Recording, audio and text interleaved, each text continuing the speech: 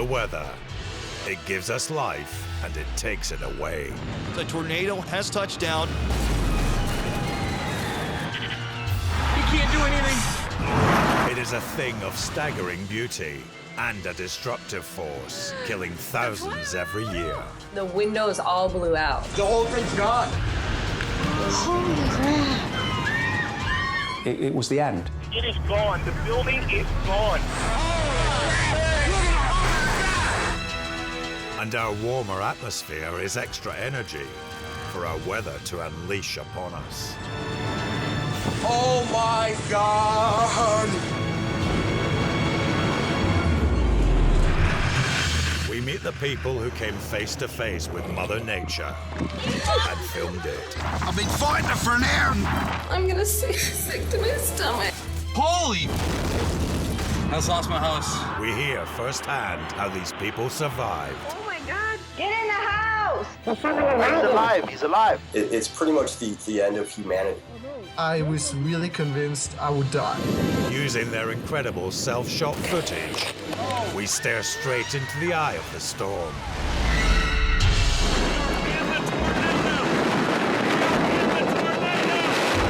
And witness up close the sheer force of nature. Boom! Oh my God! Look at that! Oh, Jesus Christ! Everybody take cover now!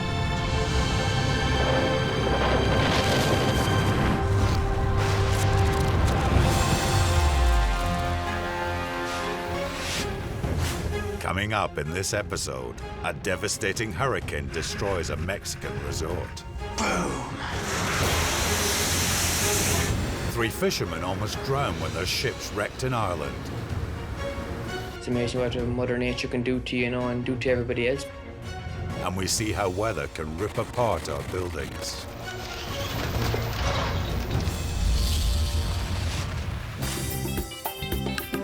Cabo San Lucas in Mexico. It was the height of summer 2014, and the holiday resort was in full swing. But these carefree holidaymakers' dream vacation was about to turn into a living nightmare. Ooh boy! Waves coming over the top. The most powerful hurricane to ever make Mexican landfall was beelining straight for the hotel. So this is what it looks like when a Class 4 hurricane is coming to Cabo San Lucas. At 6 p.m., Hurricane Odal was under 100 miles from the coast. Ouch! Oh, all right, time to go. Time to go. There we go. All guests at the resort were ordered to their rooms for their own safety, including Jason Beecham and his family. The weather just picked up, and you could see 40 to 50 foot wave faces right out in front of our hotel. It was pretty insane. Just big black cloud just kept moving in. I was a little bit nervous, but with the hurricane coming in, but I figured we were in a pretty solid concrete building. Here to cover this enormous hurricane, professional storm reporter Josh Morgerman was outside as it ramped up. It was getting windy and rainy, and you were hearing that roaring sound outside. As we got deeper into the evening, it started to feel like, okay, this is a serious hurricane. At 7:30 p.m., the eye of Hurricane Odal continued to spin a deadly path towards the resort and was now only an hour away. Up in Jason's hotel room, where his family were sheltering, all power was lost, and the torrential rain infiltrated the room. It's going through the light. Hi, honey.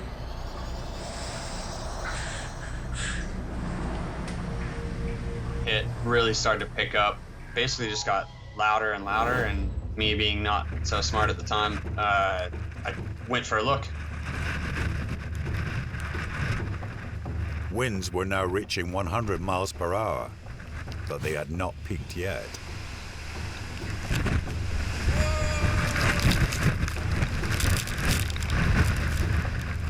When I almost got blown down the hallway, that's when I decided to head back in and kind of stay in for the night.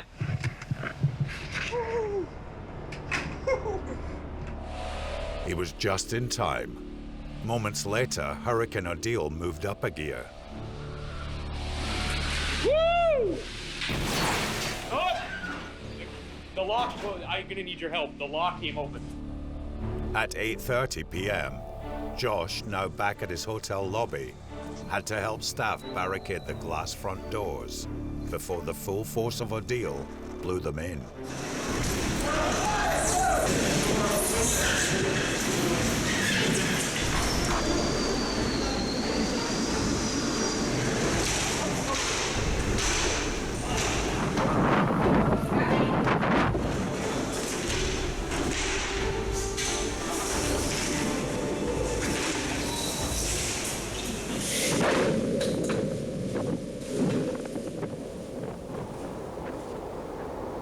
Then, like a jet engine cutting out, the 100-mile-per-hour plus winds suddenly stopped. It's like somebody flipped a switch. Within a few minutes, it's just dead calm and silent. Quite an eerie sound. The front of the hotel has been mangled. It just looks like it went through a blender. These pillars have just been torn out. This building really took a beating. This was a scary storm. Now the crazy thing was, that wasn't the worst part. The worst part was coming. But the eerie calm inside the eye of Odal did not last. Wow. I said to the hotel manager, that sounds like gunshots. And he said, yeah, that does sound like gunshots. That was actually debris hitting the building. About 10 seconds later, boom.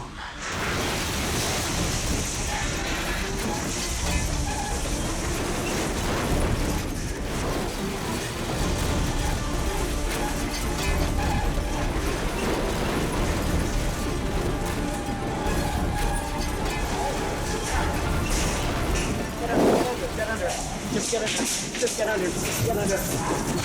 Oh my God. Stay in there. Stay under. Keep it. In the upstairs rooms, hundreds of guests were now cowering in the bathrooms as the storm smashed the already battered resort to breaking point. Are you okay? Yes. Down in the lobby, Josh and the staff were horribly exposed to flying glass and were forced to dive into the nearest room. Okay, backside of this cyclone is much worse. This building is getting literally torn apart and we're trying to find a safe place. But as the winds intensified to 125 miles per hour, they were now trapped in an office that could meet the same fate as the lobby. We realized that we weren't safe because the hotel office was just a whole solid wall of windows with the wind pulsing against them. And I just thought, oh boy, we're in trouble. Yeah, the building's shaking. You should get down, because if those windows go, you want to be low. We felt like the office windows were going to break. We're trying to plan our escape to just get out of here and get to a safer part of the building. Let's see if we can make it. We're going to run for it. And we just came out of the office, and as soon as it looked like there was a break, we just ran across the... Okay. We're going to try it.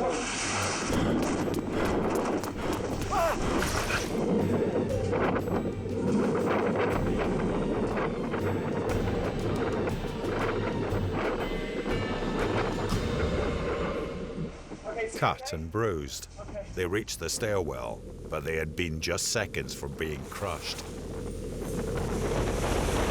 Josh and the staff sheltered in the stairwell for a further hour. We're riding this out in a small area near the bathrooms, and we're just going to sit here until it passes. Before Odal finally began to retreat. And it's a little before 2 a.m. The worst of this hurricane has passed, but you can see what it did to this lobby. It's just like a smashed wreck.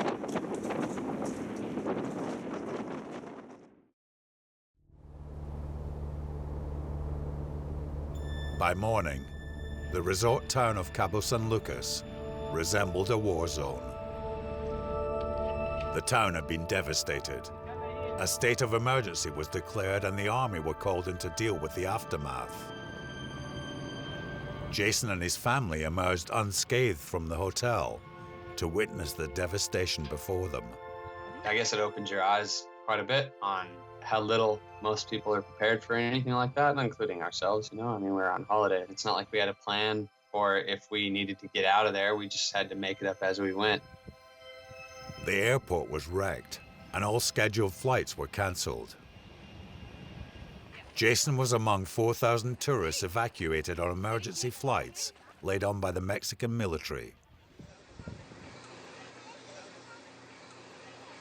Odal would claim 18 lives across Mexico and the southwestern United States.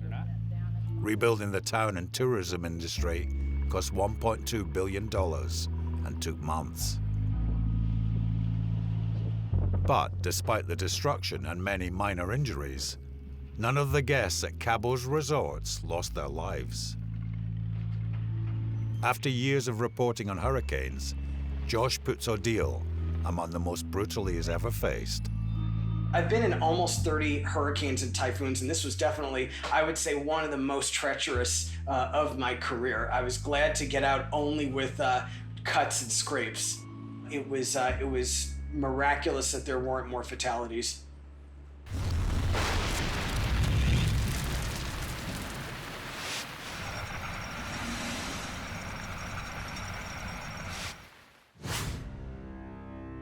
Hurricanes can lay claim to truly being the world's deadliest weather. These twisting behemoths can be 1,200 miles wide and unleash the same energy as a 10-megaton nuclear bomb every 20 minutes. They need warm, wet air as fuel, so they always form over equatorial oceans. As this 1,100-foot cruise liner sails into a North Atlantic hurricane, it's tossed around like a rubber duck. Holy crap!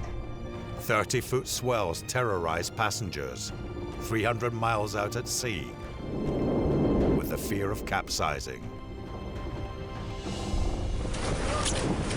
When Hurricane Sandy makes landfall in Ocean City, New Jersey, beachside residents are the first to be hit.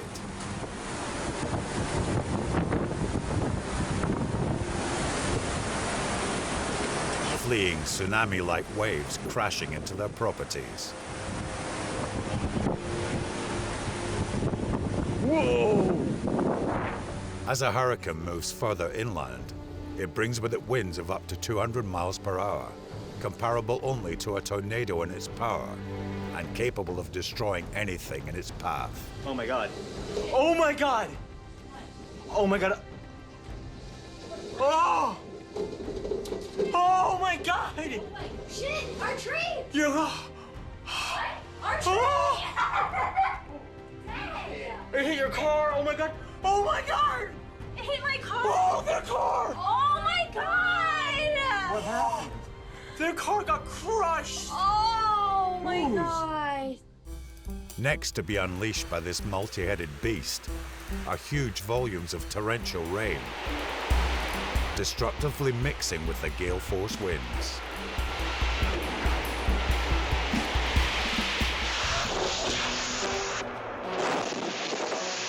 This devastating combination unleashed torrential floods across the Philippines as Typhoon Haiyan destroyed towns and killed thousands.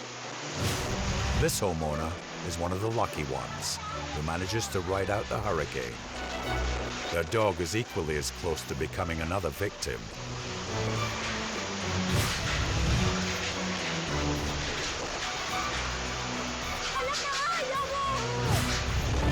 But it too manages to cling on for dear life.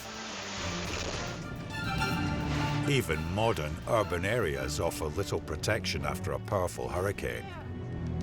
The flooded aftermath of Hurricane Sandy leaves this couple in New York frantically looking for a way out of this submerged city street. Don't go there! Too high! After Hurricane Katrina passes, it still sends thousands of New Orleans residents fleeing to their roofs. The combined force of wind and rainfall fatally weakens the river's levees, flooding 80% of the city. Even after a hurricane's relatively brief destructive journey, its cataclysmic effects continue.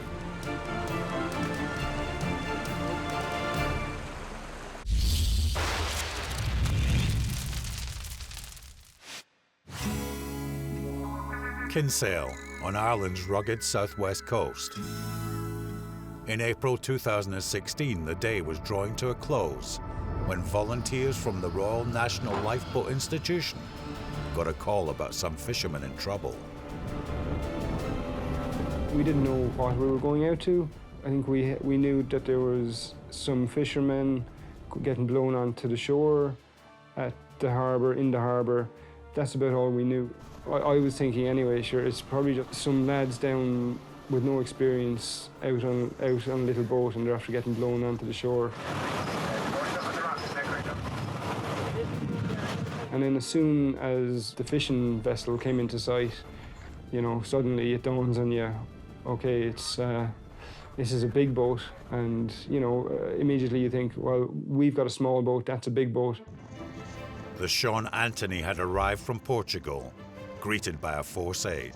So we had to approach it with extreme caution, obviously, because, I mean, there was a huge swell there, you know, and I was driving our boat onto the shore as well, and I was hammering the fishing vessel, which was just basically, after hitting the rocks, it was driving them further up the shoreline, basically, and it's a very jagged shoreline around that area.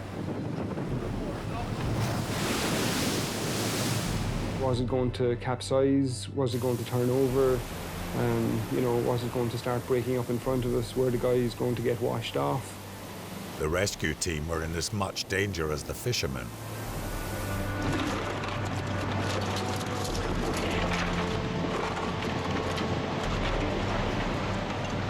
They couldn't get close. The only option was to drop anchor and encourage the fishermen to jump and swim for it.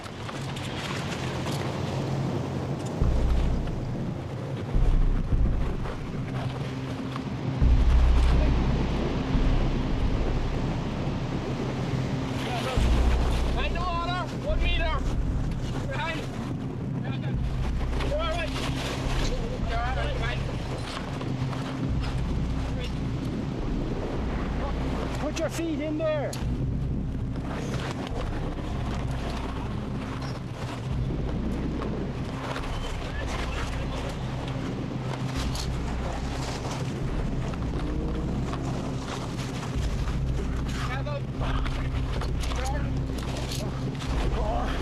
One, two, three.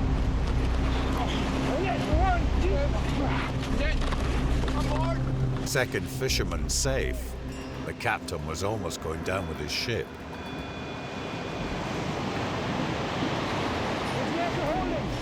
The last guy to get off seemed to hesitate a little bit, and, you know, we were kind of holding our breath for him to get away from the boat, because I think at one stage he was submerged while he was still holding on.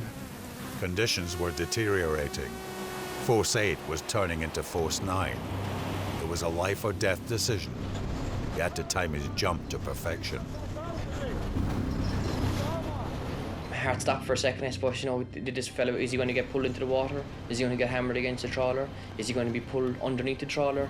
You know, there's so many different options and so many different things that could go wrong, all of it because of the weather conditions were so bad.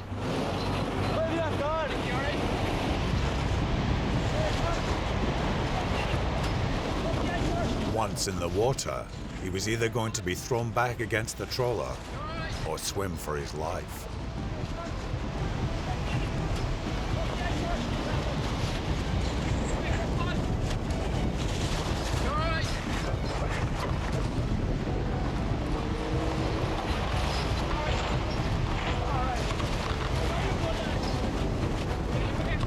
Is that everybody?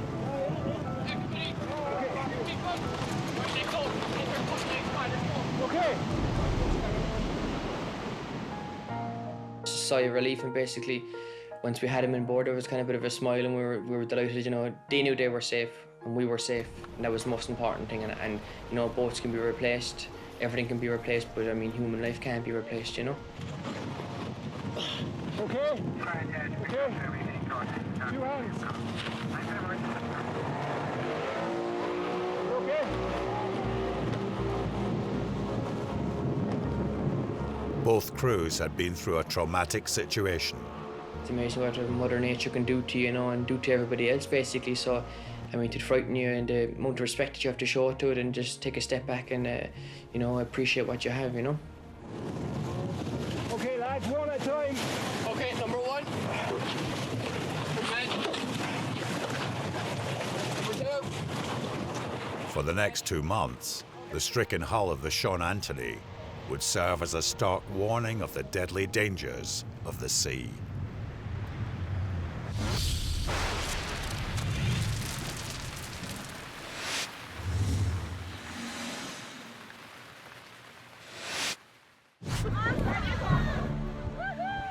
Sometimes weather can be as weird as it is deadly. This carefree beachgoer is unaware that one of the weirder weather phenomena is heading his way. Waterspouts such as these usually occur out at sea. However, this one is about to transform from a curiosity into something potentially deadly. Underwater tornado! Yeah, sure. Oh my God!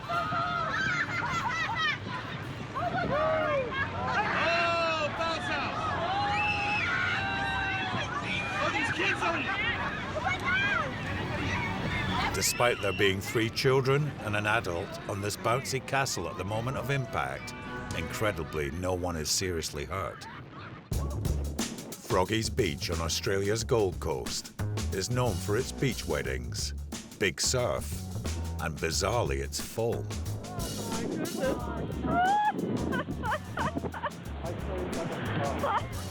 A curious marine byproduct of tropical storms, the foam itself is harmless, though what it does is mask the sea's swell and the deadly sharks and snakes inhabiting it, which doesn't put these swimmers off.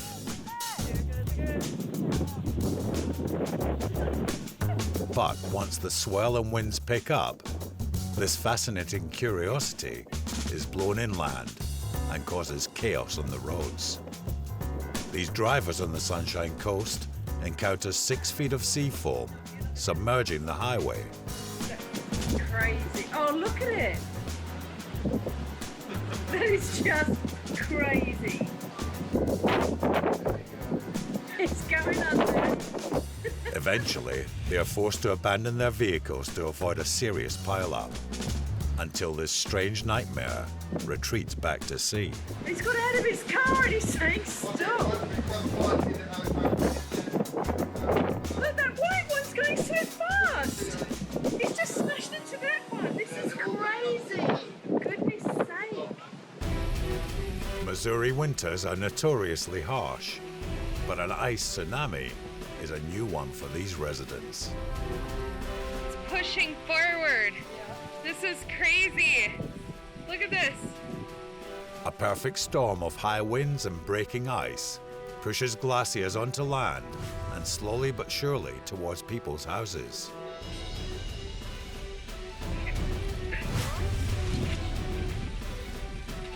Nikki, it's really pushing in.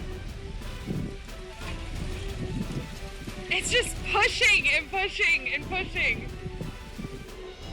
Oh my God, their door's in. You need to call somebody.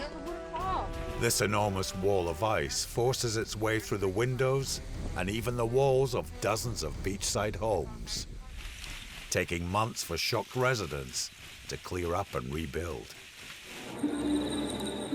Arachnophobes turn away now. Flash flooding can cause a phenomenon known as ballooning, where spiders flee to higher ground, in their thousands in this case, as they take over this Australian park.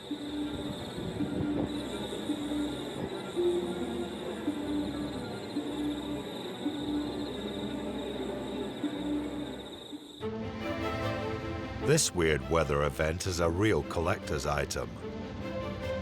After a scrubland fire by the Angara River in Siberia, the rising smoke is wrapped up by a mini twister, forming a stunning smoke-nado. Oh my goodness. So when you think you've seen it all, remember our weather can catch us out with its weirdness at any moment.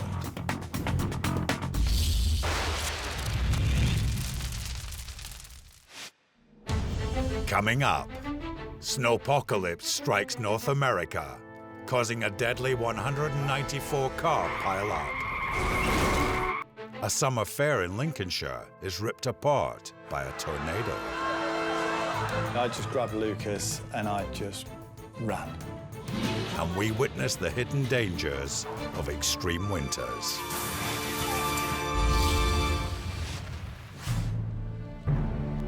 November 2014. Snowfall of epic proportions pummels the northern United States, with 7 feet falling in 24 hours. 2 to 3 feet of snow fell in many parts of western New York last night. Woke up this morning, it was just plastered all over the windows. A major effort is now underway to clear out abandoned vehicles that are scattered throughout the South Towns. The snow is several feet, probably 7 or 8 feet high or more along the roadways. The giant storm was caused by the lake effect. A cold front from the Arctic passed over the warmer Great Lakes, generating a vast wall of snow. The snow fell with such speed and ferocity that drivers were unprepared. Across North America, there were countless accidents as the roads iced over.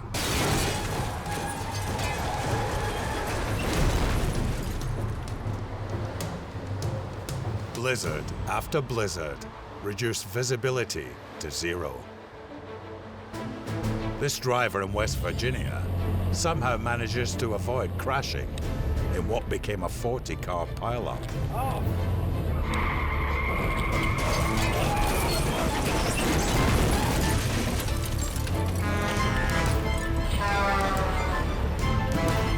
Further north in Michigan, another driver, Jay Ellis, had to deal with the freak weather. If you were raised here in Michigan, you pretty much know how to drive in this type of conditions, typically. You were driving along, next thing you knew, everything went from bright and sunny to dark and kind of whiteout conditions. Ahead of him, 3 articulated lorries had crashed into a car, blocking both lanes of the interstate.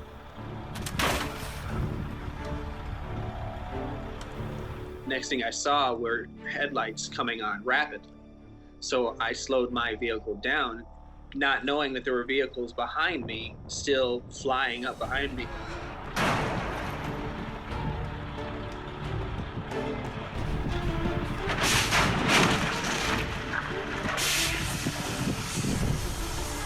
I got hit from behind and shoved into the vehicles right in front of me. In my mind, it was like, oh crap, what's gonna happen next? No. Oh no. Oh. Watch out, watch out, watch out.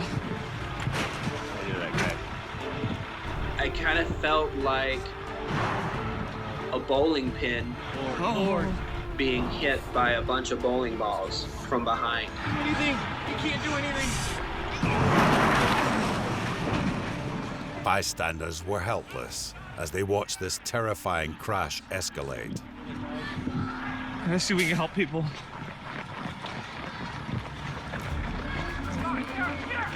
Can you get out? Get out of your vehicle, hurry up. You gotta get out.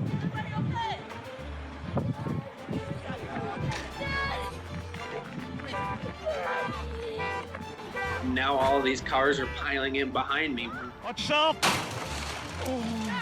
What am I was kind of terrified because I didn't know what was happening. More concentrating on what was going on ahead of me than I was with the things that were going on behind me, which is why I didn't realize there were that many vehicles behind mine. More vehicles kept coming, and the pileup would eventually involve 194 cars and lorries. But the danger was now of a massive explosion. On our side of the highway, there was a truck that actually caught fire that turns out actually had fireworks in it. I mean, it's bad. It's raging right there. I mean, those are cars and trucks and semis burning like you can't believe. I thought it was going to get bad enough. Well, it's going to get rid of all the fireworks. Yeah, they got a big mess. Is that your truck? As the fire teams worked, many people were kept inside their cars for their own safety. Being stuck in my vehicle, not being able to drive to someplace safe away from all this, it was absolutely terrifying. It looked like a bomb had gone off.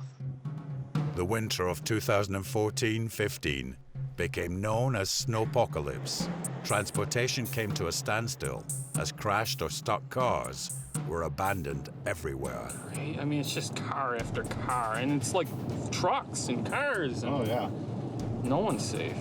Worst affected was Buffalo in New York State, which had 7 feet of snow in 48 hours. Wow. This was probably the biggest snowfall in US history. It shorted power lines and cut electricity for whole neighborhoods.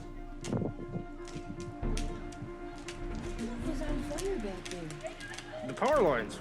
No, Dad, That's that's a a house. house. Mm-hmm. Oh, it's fucking cold out here. What's wrong? A Michigan resident filmed this spectacular show outside her house. Lights in a nearby house flashed on and off.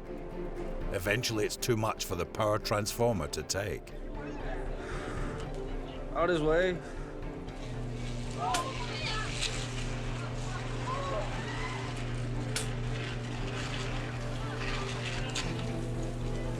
This explosion left 10,000 people with no electricity.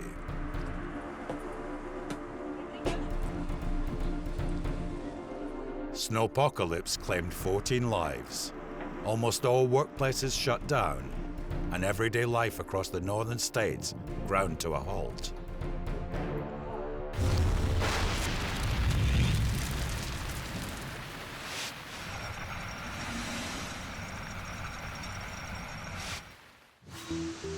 The huge snowstorms of North America may actually be caused by rising temperatures, not falling ones. The Great Lakes have warmed by 2.5 Celsius in the last 35 years, so they rarely freeze over. In winter, the freezing fronts from the Arctic encounter more moisture, so now the lake-effect snowstorms carry more snow. It's still a bit chilly for a swim, though, even for a Labrador.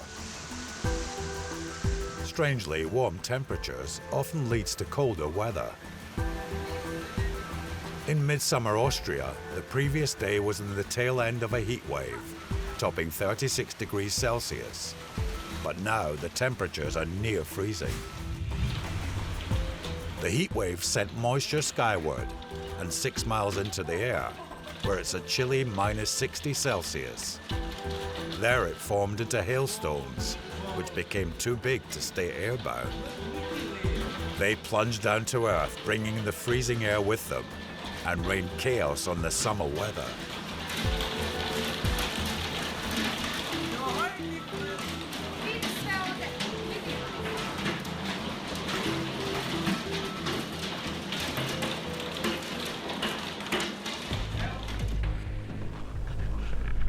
Of course, when it is cold, the danger is not always from above. He falls into a snow sinkhole, caused by a spring melting away the snow under the surface. Unlucky, but he got out okay.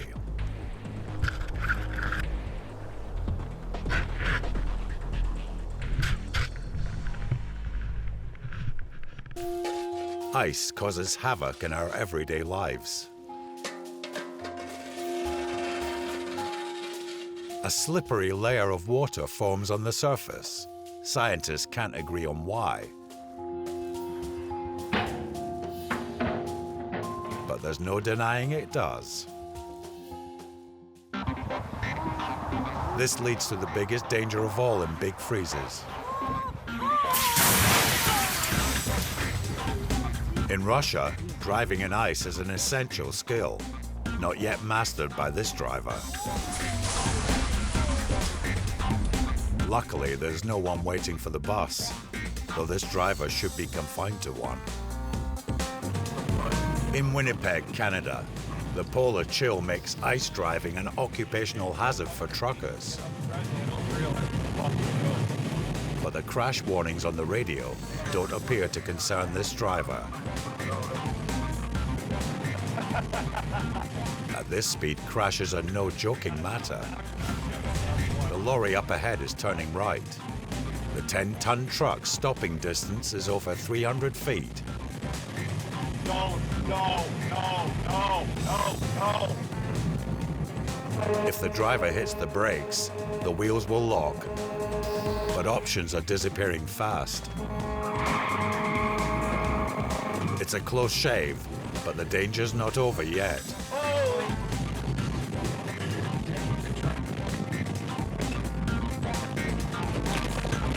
Miraculously, they come to rest in one piece. Forget driving. This skater from Sweden has invented an entirely new way to injure himself on ice, proving that perhaps the biggest danger in a big freeze is ourselves.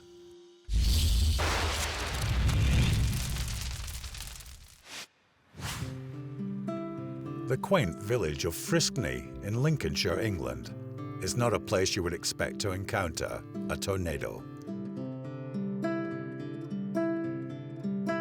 Local postman Harry Smith and his family were gearing up for the highlight of the summer calendar, the annual Friskney Show.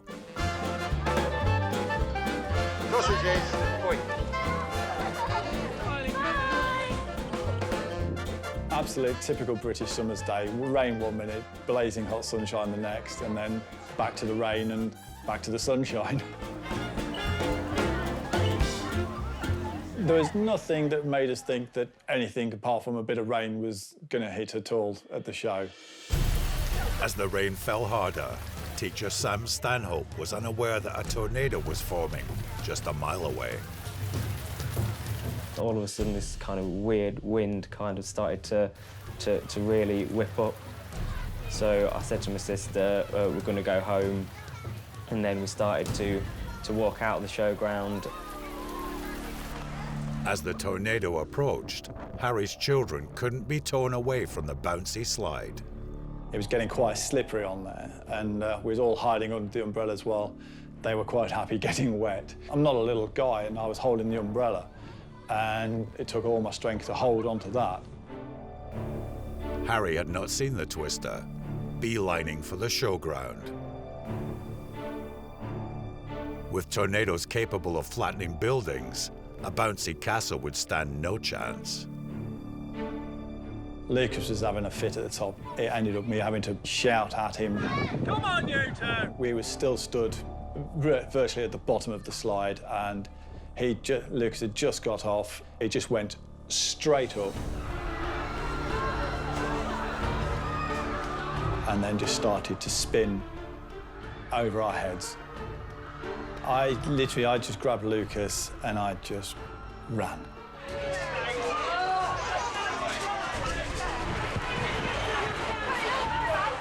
And I didn't want to let go. And all I wanted to do was get him as far away from that as possible. Just panic. People screaming. A lot of the other stalls were being destroyed and thrown about.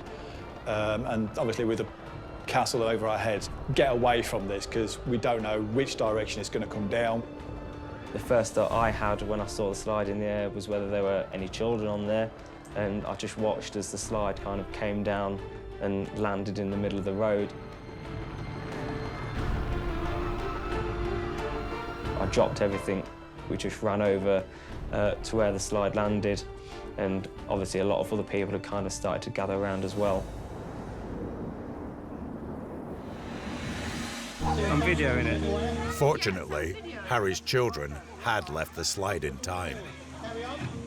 it's very worrying when you look back at it as, my God, my kids were on that. And it's very, very scary. If the children had been on it still, it's quite possible they would have been killed. Despite being turned into a scene of destruction within minutes, miraculously, no one was hurt. It really does bring home just how fragile it all is and how dangerous nature really can be in an instant. It was unbelievably quick. Tornadoes like these are more common than you would think. In England, there are more per square mile than in any other country in the world. All it takes is to be in the wrong place at the wrong time. Lucas was, no, I don't want to go near a bouncy castle ever again.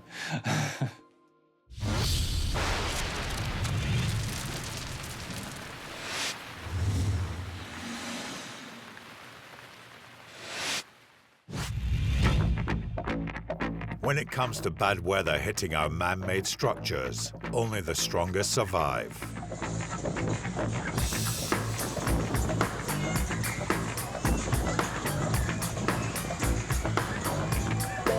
As we've seen, bouncy castles and weather don't go together. In this case, all it took was a sharp gust of wind to send it flying. Fleeing revelers escaped serious injury by inches. When a brutal storm hit Copenhagen, this flimsy scaffolding didn't stand a chance. Going. Going. Gone. With a tornado fast approaching, these workers in Uruguay have two options for shelter: the thin metal sheds to the right, or the tiny porter cabin behind them.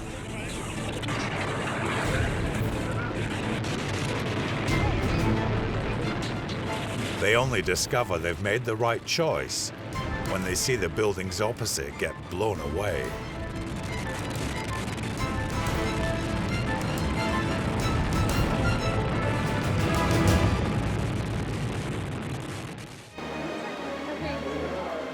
A night at the cinema is probably the last place you'd expect to be greeted by a torrential downpour. But for these moviegoers in the Philippines, the worst is yet to come.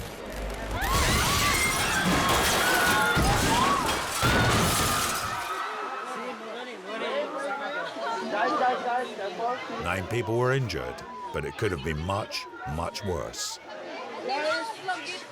When it comes to our homes, if deadly weather doesn't destroy them, it can be sure to leave its mark.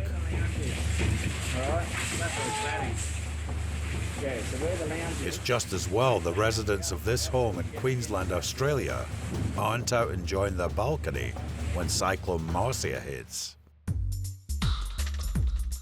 Miami tower blocks are built to withstand Florida's frequent hurricanes, but the same cannot be said for outdoor furniture. As armchairs, deck chairs, and tables rain down on the street below.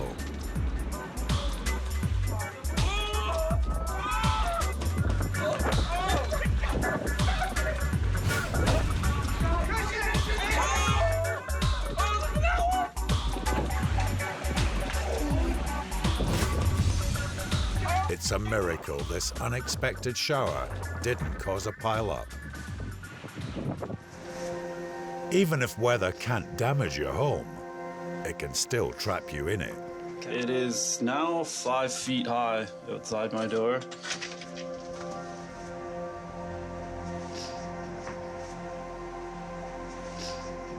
Cat for scale.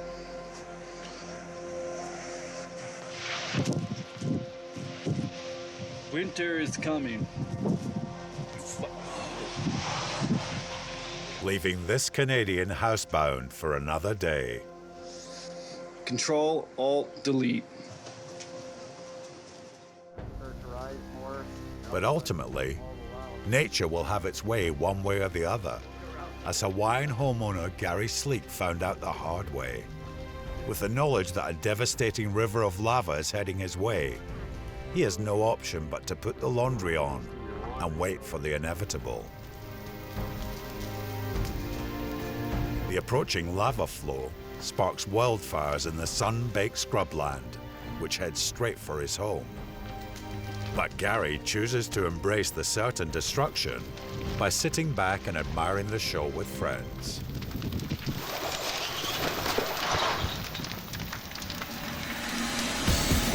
So next time deadly weather hits, be sure to choose your safe haven carefully.